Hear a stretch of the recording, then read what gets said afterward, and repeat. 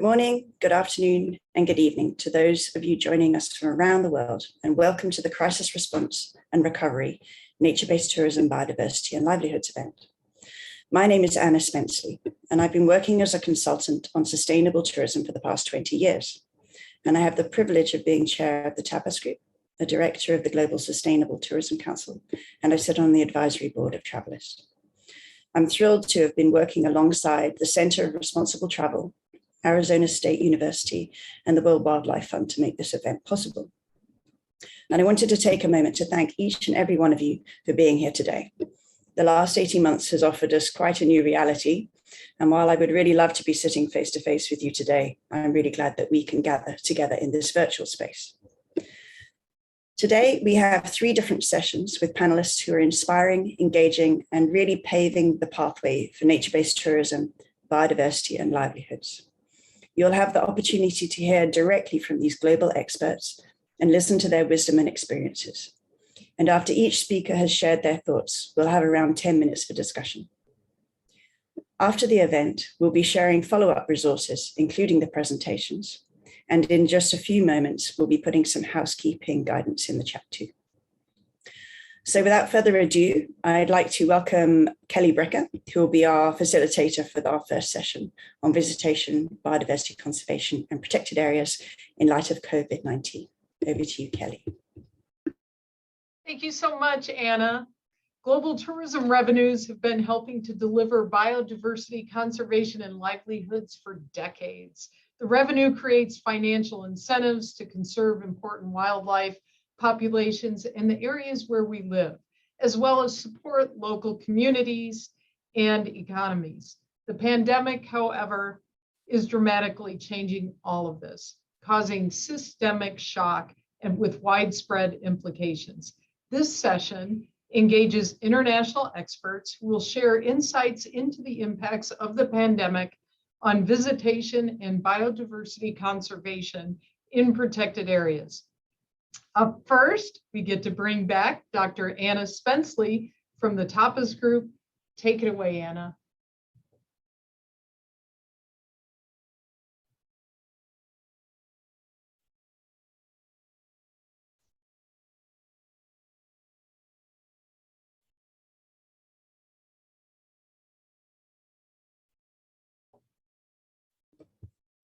Okay, so I've been working for the last 18 months or so on a series of assignments to analyze the impact of COVID-19 on the tourism sector and look at its implications for conservation, livelihoods, and sustainability.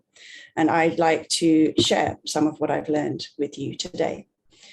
These are the 3 topics that I will be speaking about.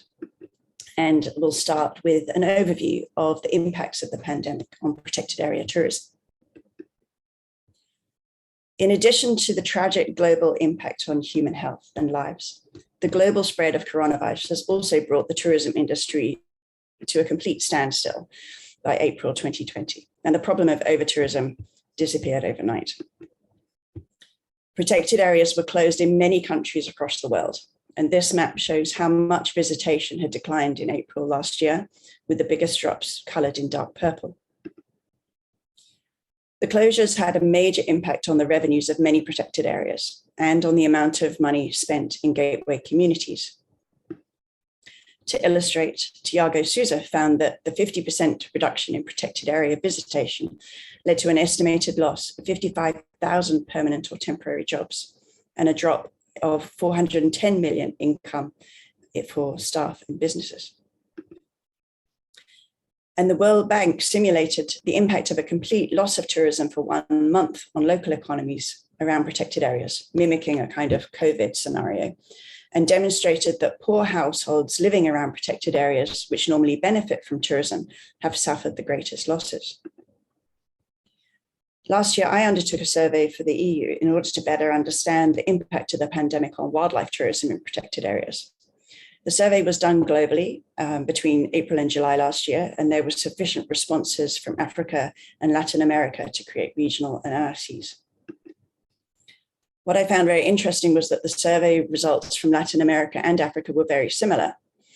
For example, with regards to the substantial reductions in tourists, including the numbers of customers and changes in booking requests, and also the detrimental impacts on staff and local economies. For example, in Africa, more than half of the 48,000 employees of the operators are recruited locally, meaning within 50 kilometers. But by June last year, most local staff were on reduced wages. More than half of the operators had put their local staff on leave without pay, and nearly half had had to make redundancies too. In response to the challenges, nearly all of the operators implemented measures to mitigate the impacts. For example, in Africa, the majority had offered their customers the option to reschedule their trip or had changed their cancellation and refund policies.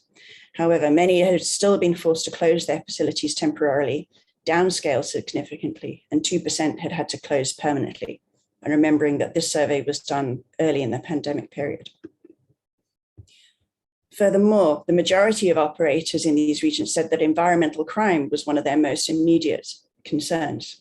And compounding this was the likely change in their own payments for environmental services, with a prediction that there would be around a $25 million decline in annual spending amongst the African operators and a drop of 245,000 in Latin America. As a result of the pandemic, some locations have seen upsurges in poaching, and they've been concerned about that the lack of tourists and extra eyes on the ground has contributed to increases in wildlife crime. In other places, though, there have been lower incidents of wildlife crime, perhaps because poachers can't move themselves or the wildlife products around so easily with lockdowns and fewer flights. We're not certain yet what the next outcome will be, and more research will be needed on this. And with a better understanding of the disease and the widespread use of face masks, PCR tests, and vaccines, travel restrictions have eased in many countries. So now we look towards rebuilding the tourism sector. Recognizing the impacts that have taken place during the pandemic and the global challenges that we have with nature, pollution, and climate, many have focused on how to recover more sustainably. Protected areas around the world are reopening gradually and cautiously for different types of tourists and activities that account for COVID conditions. Compared to the map that I showed you earlier, you can see that many more countries are now green rather than purple, indicating increased visitation. And SafariBookings.com has been conducting monthly surveys amongst the hundreds of operators it serves on its platform across Africa. Their research shows the dramatic change that took place from March to April last year and indications of improvement since May 2021. But we see that protected areas are taking vastly different approaches to tourism recovery. For example, in Machu Picchu in Peru, the World Heritage Site reopened after an 8-month closure, but will only permit now 675 visitors a day, which is around 30% of its previous limit. Meanwhile, in Indonesia, the government plans to establish a multi-million-dollar infrastructure development, which has local people and UNESCO concerned about the wildlife and local people. Then the Healthy Parks, Healthy People ethos has been around for some time now, promoting the health benefits of natural areas as an ecosystem service. An editorial essay from the World Commission on Protected Areas that was published last year emphasized the importance of protected and conserved areas in sustaining our physical and mental health, particularly under the stress of COVID-19. But in our rush to escape the confines of lockdown and get back outside, there's been a return to overcrowding, particularly where protected area managers haven't been prepared to manage the huge influx of new cohorts of visitors. These visitors have also left waste behind them, including single-use plastics, disposable barbecues, and face masks. And this is something that we'll be discussing in much more detail in the next session. We should also recognize that residents in gateway communities continue to face a dilemma. On one hand, they want to see tourists return so that they can recover their businesses and the jobs supporting tourism. But on the other hand, they're scared that visitors will bring the virus with them. And this is particularly concerning where healthcare facilities in developing countries are limited and where vaccination rollouts have been slow. To help support a sustainable, resilient, and regenerative recovery, there are needs for financial and technical resources. During the EU survey I mentioned, protected area tourism operators in Latin America and Africa were calling for a broad range of support. They were mainly seeking less than $250,000, with the majority seeking grants and around a quarter looking for debt with low interest repayments or flexible repayment terms. And they were also looking for technical advice to help identify new source markets, research new products, and they also wanted to do virtual training. Many countries have developed rescue packages to support their tourism sectors during the crisis, and there have also been a range of international grants and technical support programs too. However, the number of applications to these has by far exceeded the actual value of grant financing available. Some operators and destinations have tried to crowdsource emergency funds with mixed results and generally raising at less than $50,000. To help address this, a collaborative platform has been launched to matchmake between the communities, conservation areas, and safari operators that need funds and those that have it. So far, this initiative has gathered data from around 350 enterprises in 11 Southern African countries where they work. And there are also investment funds from the Nature Conservancy, Conservation International, and the International Finance Corporation that are raising capital as sources of finance for tourism operators in wildlife economies. But in addition to finding funding, we also need to share more knowledge and guidance material and link this with training. For example, we need technical resources that explain how to operate tourism amid COVID and adapt them as scientific understanding of the coronavirus improves. This one was recently released by the EU and is currently available in English and Thai, and with 5 other languages on the way. It shares intergovernmental agency and government guidance on operating tourism amid COVID, with hyperlinked examples of guidance from protected area authorities, and also illustrations of virtual safaris that can be operated until tourism recovers. Furthermore, and with an admittedly shameless plug, the new Handbook for Sustainable Tourism Practitioners provides a workable and rational toolkit for investigating practical challenges of tourism while accounting for modest timeframes and resources.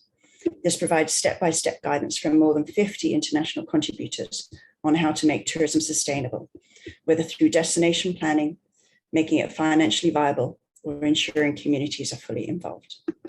And I'm pleased to share that Edward Elgar have generously offered a 50% discount on the hardback until the end of November, using this code SPN50. Many institutions and coalitions are pushing for sustainable recovery of the tourism sector, and the energy and drive to do so makes me optimistic for the future. I'd like to thank you very much for your kind attention, and now I'll hand back to Kelly. Thank you. Thank you very much, Anna, for that informative presentation. Appreciate it.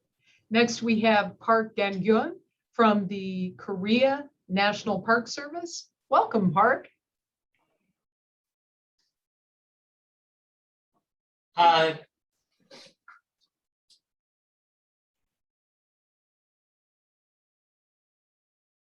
Hi, my name is Kang Park. I work in Korea National Park Service. Today, I will present about visitor management in Korea protected area. I would like to introduce the changing characteristic in the Korean society in the wake of COVID. And in accordance with disease change, I will explain the actions of the Korea National Park Service. In this session, I would like to share 3 examples. First, as COVID continues, the number of self-quarantined people has increased dramatically, and their depression has gradually been serious. We provide ASMR videos to help people who are exhausted from prolonged COVID to recover emotional stability. ASMR video is collected by a park ranger using cell phones and audio equipment, after which ASMR videos are serviced after being screened by a video expert. ASMR video is the approximately 50-minute long ASMR videos show landscape and animals, plants, and other natural and cultural resources that represent Korean national parks. We are providing the service through our YouTube channel and making an ASMR mobile app to improve user accessibility. Let's enjoy ASMR videos. We entering our YouTube channel.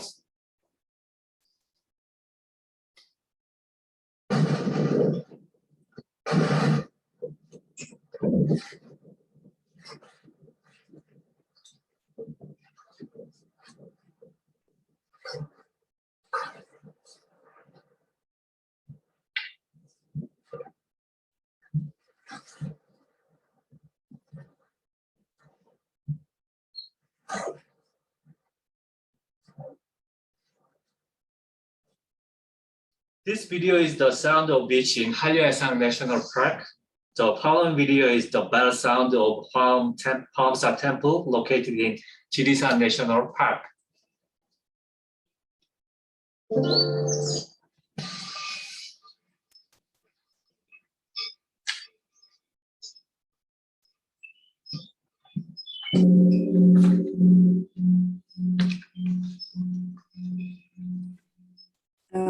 Park, this is Anna. I'm afraid I can't see the video. Are you able to share it on your screen, please?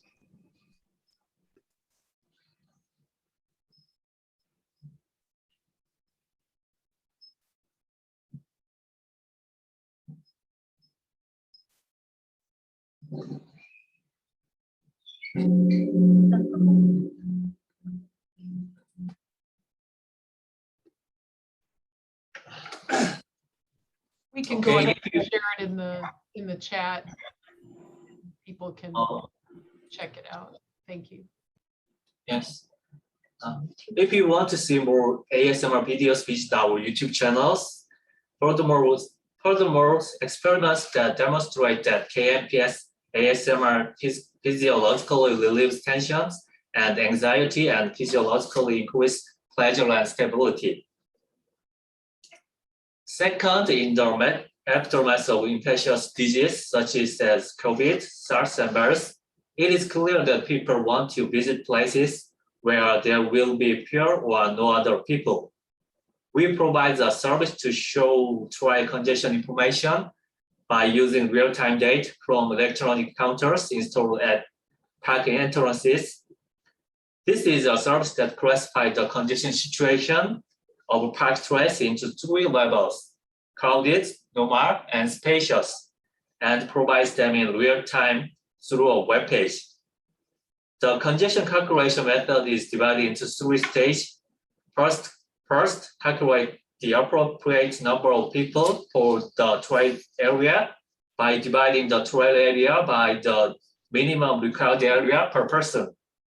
And the number of people using the trail is counted through an electronic counter. Finally, the congestion level is calculated by dividing the current number of people by the appropriate number of people.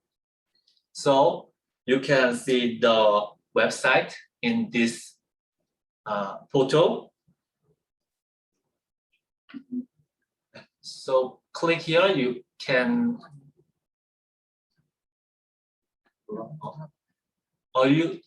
can you see this web page? I'm afraid not, but if you can post it into the chat, people will be able to access it later on. Thank you. We just see your slides.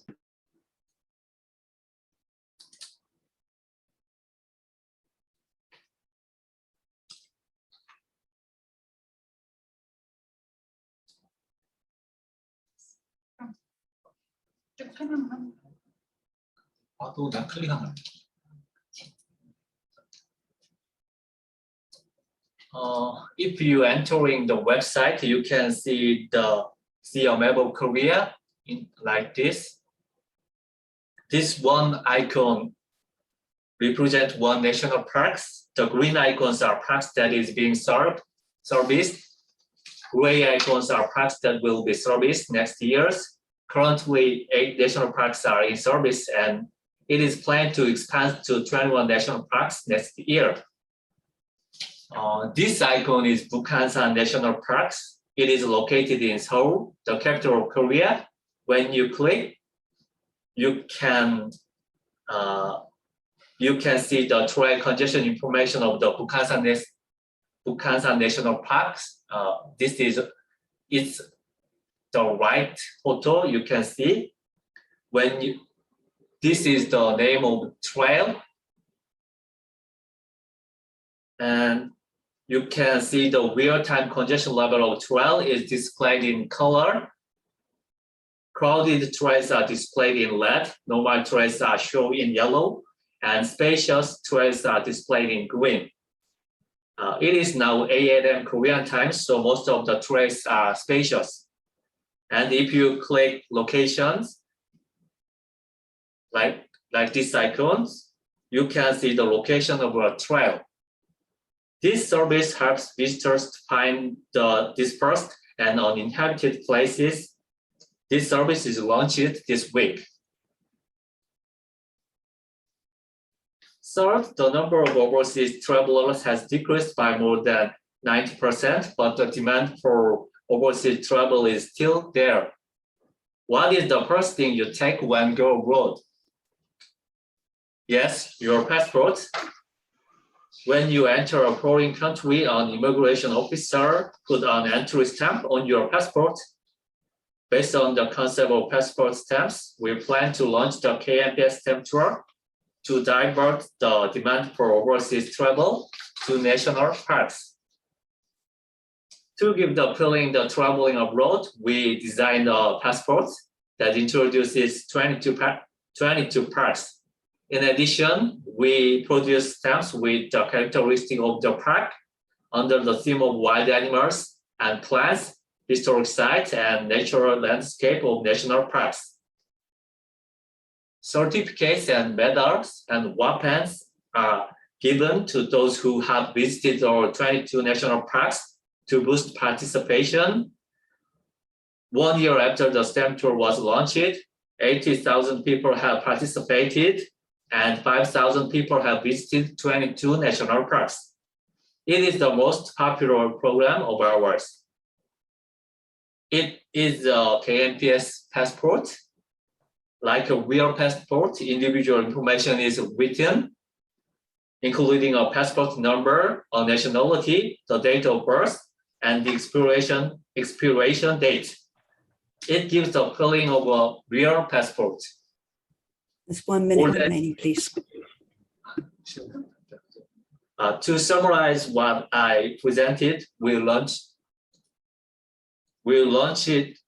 new service to keep up with changing social trends after COVID pandemic, ASMR service to help exhausted people recover their emotional stability, dry congestion information service that enables visitors to know the congestion level of trails, and KMPS stamp tour to turn overseas travelers into national parks. Thank you. Well, thank you very much, Park. It's certainly refreshing to see the amount of technology used to help visitors understand where to go and what experience they'd like to have. So thank you for sharing that. That's quite interesting. Next, we have Dr. Karma Sering from EcoCall Services. Welcome, Karma. Thank you. Just try to share my screen.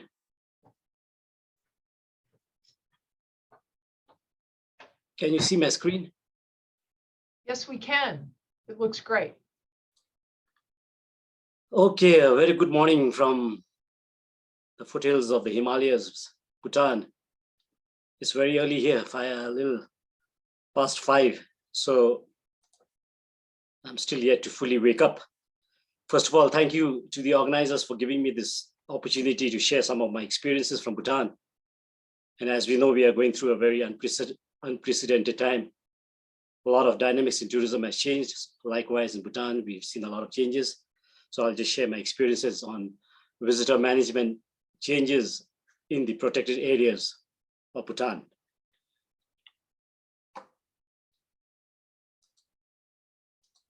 Sorry. Yeah, the outline of my presentation.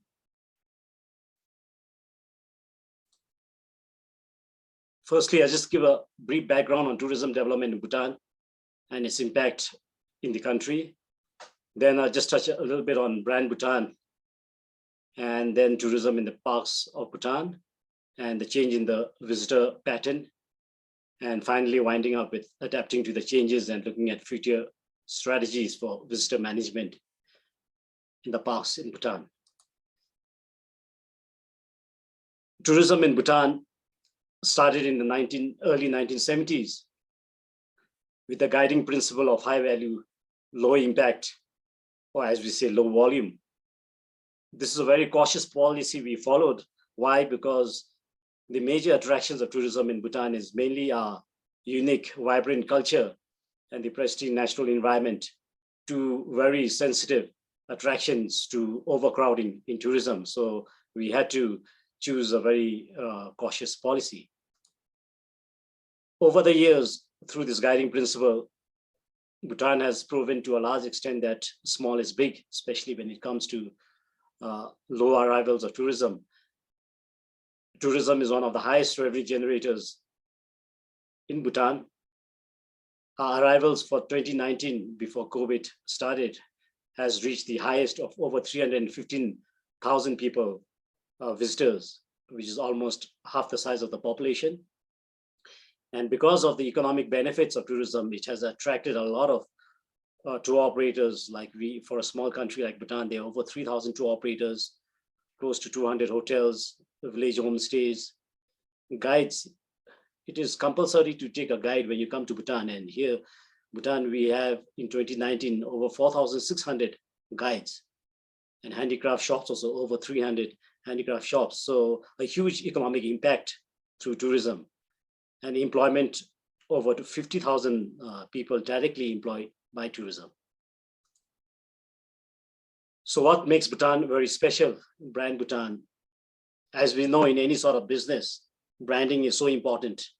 So brand Bhutan as a destination, Bhutan has captured the interest of many travelers to a large extent because of the attributes of brand Bhutan, which is basically, as I said earlier, the pristine state of the natural environment, over 72% forest cover, with a constitutional mandate to maintain 60% for all times, out of which we have over 51% of the country under protected area system.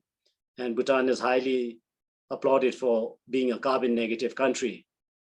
Then a vibrant, unique cultural heritage, mainly based on Buddhism, and a development philosophy based on gross national happiness, as opposed to the gross domestic product pursued by many countries. And lastly, the visionary kings and good governance and good leadership that Bhutan has. All these collectively has branded Bhutan as a very special country. So now getting into parks in Bhutan. This is the map of protected areas in Bhutan, a small country, out of which over half the size of the country falls under the protected area system. It consists of parks and biological corridors. Bhutan has taken a landscape approach to conservation. We have 10 protected areas, but in 1999, the government felt through the initiatives of WWF that the 10 protected areas in isolation is not ecologically viable. So the biological corridors, the ones you see in green, that connects the 10 protected areas, were meant as corridors that can, in the long term, sustain the viability of the wildlife between the protected areas. And as I said, it covers over half the size of the country, the protected areas. And the other special feature of protected areas in Bhutan is that we have local residents living inside the protected areas, and it is the policy of the protected areas and the government to keep having the people as part of the parks in the protected areas. Unlike many countries where I've visited, I've seen where people actually are relocated out of the parks. It becomes a major challenge, and in fact, it becomes a threat to the parks it's in. So Bhutan has pursued a protected areas management based on having local residents inside the national parks. So having them inside the park, we have to pursue park management based on balancing conservation and development. And tourism is one of the key economic benefits for the protected areas in Bhutan. And some of the tourism attractions in the parks of Bhutan are trekking, bird watching, wildlife and botanical tours, cultural tours because of the people and the livelihood within these parks, and then the spiritual and pilgrim tours that we have in these parks and protected areas. And lastly, the hot springs that make it attractive for mainly the domestic visitors to come inside the national parks. Now, just look at the visitor dynamics before COVID and during COVID. Pre-COVID, the maximum visitors that came to the protected areas were all international visitors. And although we have international visitors, in overall, visitors to protected areas is not really big in Bhutan. It only estimated around 10% of total arrivals. 90% of people who come to Bhutan actually travel outside the national parks during cultural tours. And trekking was the major attraction, followed by bird watching for international travelers to Bhutan, to the protected areas in Bhutan. Now during COVID, of course, things have changed. Our doors have closed for international tourism. It took a while for tourism to restart for the protected areas, but in a matter of time, after a few months, there has been a substantial increase in domestic visitors inside the protected areas. And one of the major attractions has been pilgrim and sacred sites, which were the major attractions for domestic tourism within the protected areas. Now, the changes that have occurred in the visitation pattern and the future strategies, first of all, is recognizing the potential from domestic visitors. Prior to 2019, domestic tourism was hardly even thought about. Although there were travelers, few domestic travelers within the country, there are a lot of problems for them to travel because they did not have any tour operators who were focused in catering to domestic tourism. So now there has been a shift in focus by tour operators, developing tours to cater to domestic market. Initially, tour operators catered their tours only for international tourists. During COVID, recognizing the market of domestic tourism, now we have a lot of tour operators who have actually catering tours that suit the domestic market, which has led to a huge increase in domestic market within the protected areas. So when it comes to management in the parks, there's been now aligning visitor management strategies because of the initiation of the domestic tourism. And the Tourism Council of Bhutan, which is the apex tourism management board, they have now initiated even the registration system. And as you see below, there's a Drup Quora, which means Bhutanese Exploring Bhutan. A logo has been made. People who want to travel within the country have to register so that accordingly there can be proper regulations, especially during this COVID time, to ensure it is safe. And in case of any outbreaks, people can be traced and accordingly safety measures can be put in place. So we have 1 minute left, Karma. Thank you. The other benefit for domestic tourism is that we promote tourism in parks to instill people's interest for conservation.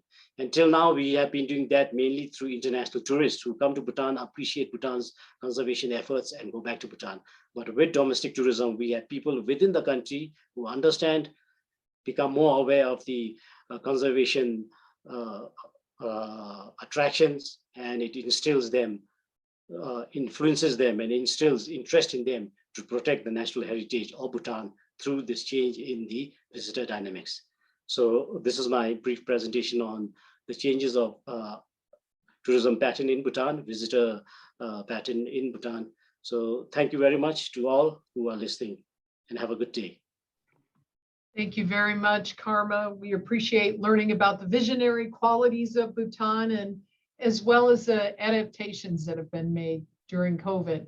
Next up, we have Andy Thompson from the New Zealand Department of Conservation. Welcome, Andy. Kia ora tātou e hui mai nei, e tēnei rā, tēnā koutou, tēnā koutou, tēnā koutou katoa. My name's Andy Thompson. I work for the Department of Conservation in New Zealand. Real pleasure to be with you today. Karma, I've been a huge admirer of Bhutan and your approach to tourism. Congratulations. And Anna, some great trends there in Park. I love your technology on crowding. That's fantastic.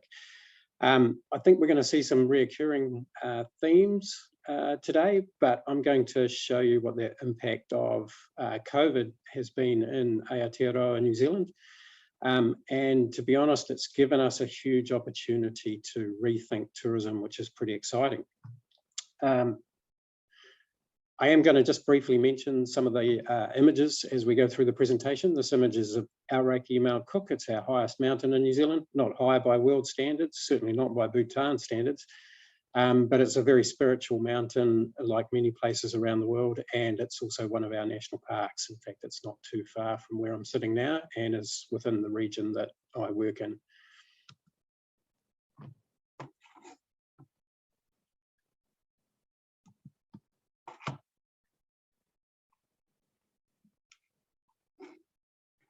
And I'm just trying to work out how to scroll Might through. try the lower left corner of the slide, Andy. Thanks for that tip. That's awesome. In this photo, in these two photos here on this slide, we have Nelson Lakes National Park up at the top of the South Island of New Zealand, and the lovely beach scene is of Abel Tasman National Park.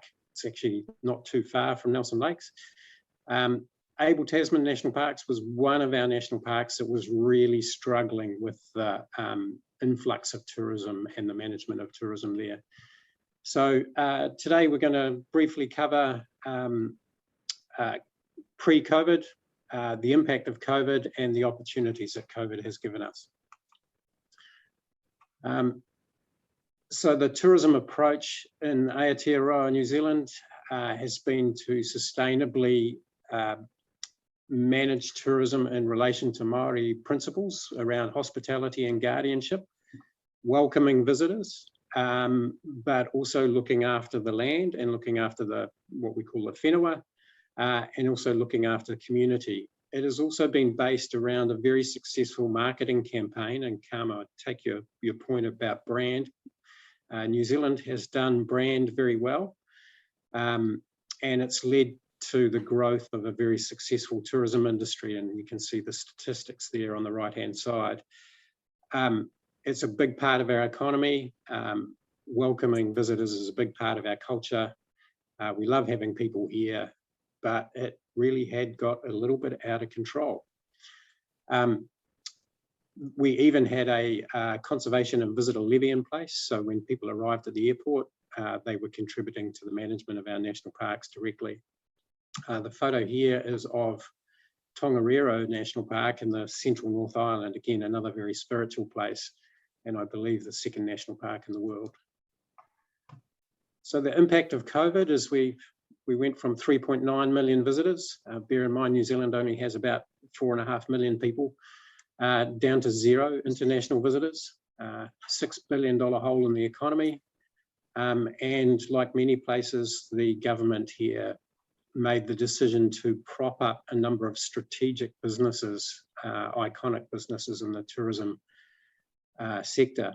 And like many places in the world, we saw an enormous surge in New Zealanders wanting to get out there and experience their national parks and do their walks. And in fact, we have an online booking system for what we call our 10 great walks.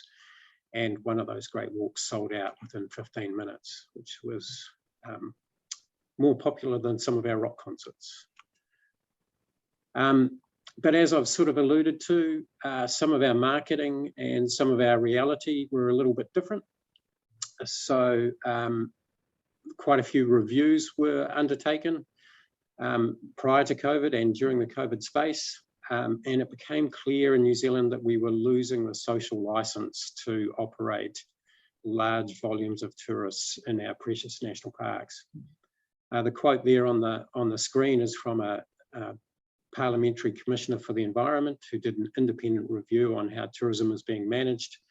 It was right around COVID when it hit, and I can't help but smile at a politician that makes a pretty abrupt statement such as that.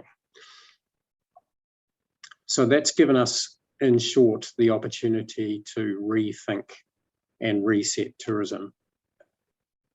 That's been reflected in our tourism strategy, and sorry, I hate talking about strategies during presentations.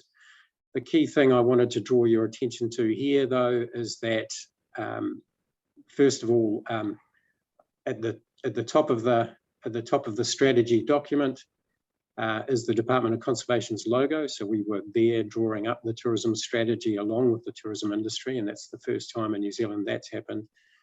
And the environment is really being put first.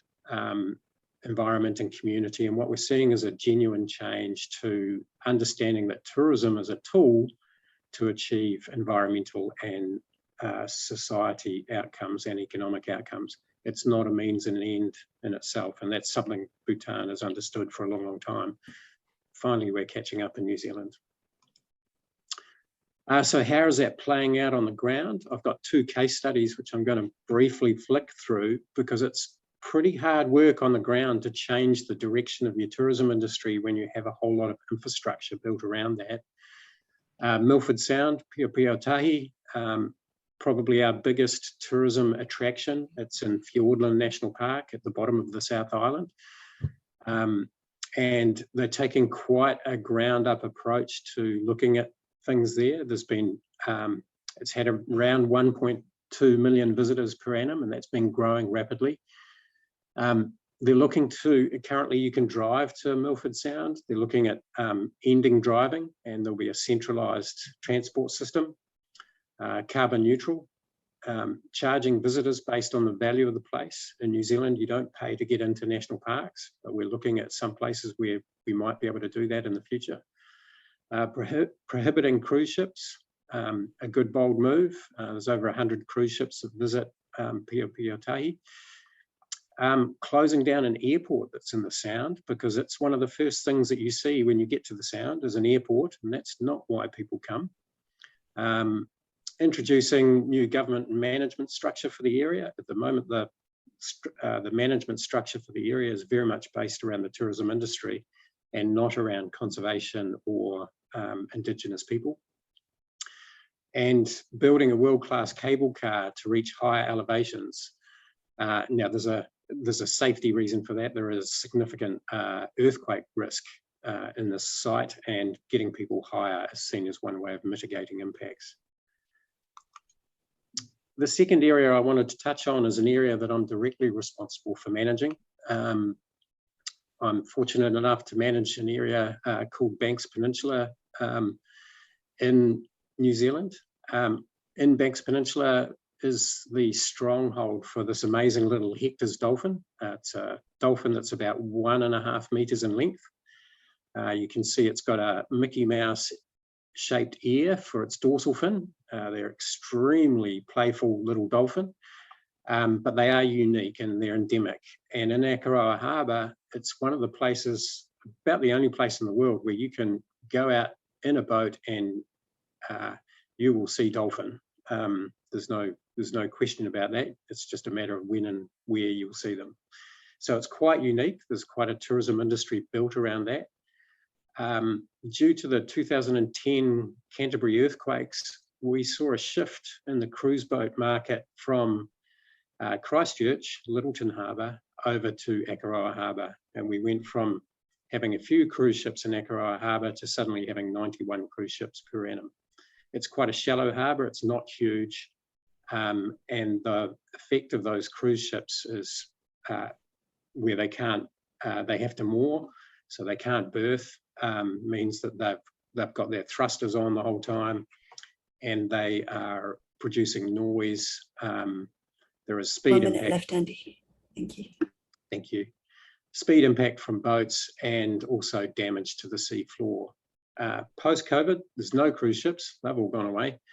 And we're down to about 20 trips to view dolphins per annum by the local tourism operators. My final slide shows the results of a long-term study where we've actually been able to track how dolphins use the harbour, and the picture up the top, or the graph heat map up the top there, shows how dolphins are moving further and further out of the harbour. That's a huge concern to us. Pushing, a rare animal out of its habitat is something that has to be taken significantly. We think the cruise ships, as well as the tourism industry, as well as the recreation boaties, have had a part to play there, and we've got to make some big changes because of that. So I've been working with the tourism operators directly to bring about some of those changes. And finally, I'm just saying kia ora. I've got a picture of a moorpork owl there. And the mōpō gal there is to keep an eye on things, because these are challenging situations and great opportunities, but we need to keep an eye on things. Kia ora. Great. Thank you very much. Thank you to everyone for your insights and the implications of the pandemic on visitation in protected areas across the world. And it's really fascinating, Andy, to hear that some parks have become more popular than rock concerts in New Zealand, and great to see that technologies and approaches being used in Korea and Bhutan. So we've had a couple of questions already in the Q&A, and we'll dive into those now. So I'd like, yep, great, I can see the panel. Awesome. So a couple of questions have already been answered in the Q&A. And now there's a question for Park in Korea, please. And the question is, what type of geospatial platform was used to develop the trail congestion observation system in Korean national parks? Thank you. If you could unmute and answer, please.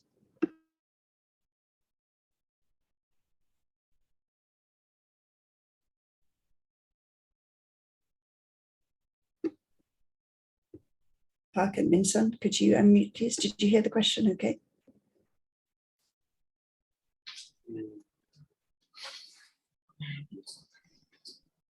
So Anna, could you repeat the question once again? Certainly. The question is, and you can see it in the Q&A chat if you have that open too. The question is, what type of geospatial platform was used to develop the trail congestion observation system in the Korean national parks? I understand you question about the area and trail area. We can have a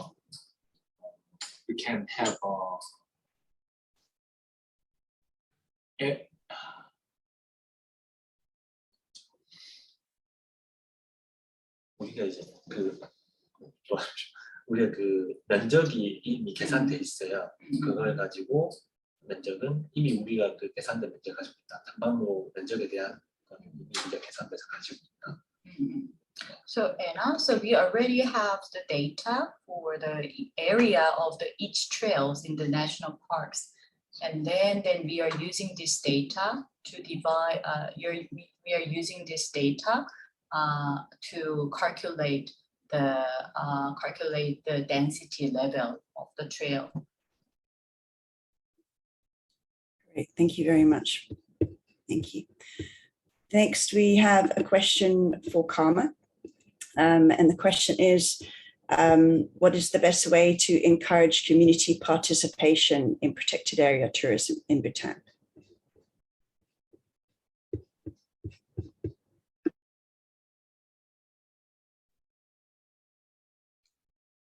Sorry, first I got to unmute myself. Yeah, what's the best way to encourage community participation? As I said earlier in my presentation, Bhutan's got to pursue a protected area management based on conservation and development, because we have people living inside. So one of the best ways to pursue community participation is one of the fundamental aspects of conservation, that is pursuing an incentive-based conservation. There has to be incentives for communities to support conservation. For travelers, yes, there's an incentive. They are attracted to the sites, attractions there, so they travel. But for the residents, they got to have incentives to participate in tourism. So for them, yes, the benefits that come from tourism. So in Bhutan, the benefits that come from tourism for communities, it's basically a lot of to do with trail management, the visitor management, catering to their services, pitching their tents, carrying their luggage, portering services, village homestays. People are able to offer their houses, turn it into village homestays. And these are the ways that give them economic benefits. So yeah, many of the incentives are based on services. But unlike maybe some other countries that have advanced in, we do not have village people who are actually local expert guides. The government is trying their best to train local guides to participate within the travels, to tell their stories. So those are areas which are still, which could be tapped. But as of now, most of the services are all catering towards accommodation, food, and transport, pottery. Yeah. Thank you. I hope that has helped. That's great. Thank you very much, Karma. I'm going to go next. We have a question for Andy, which are, what do you think are the biggest menaces for the protected areas in New Zealand, and how is tourism confronting these problems? Yeah, this is a really good question. Our biggest menaces in New Zealand are invasive weeds and pests, by far dwarf any other issue that we deal with. And unfortunately, we spend most of our time as rangers trying to deal with those invasive weeds and pests.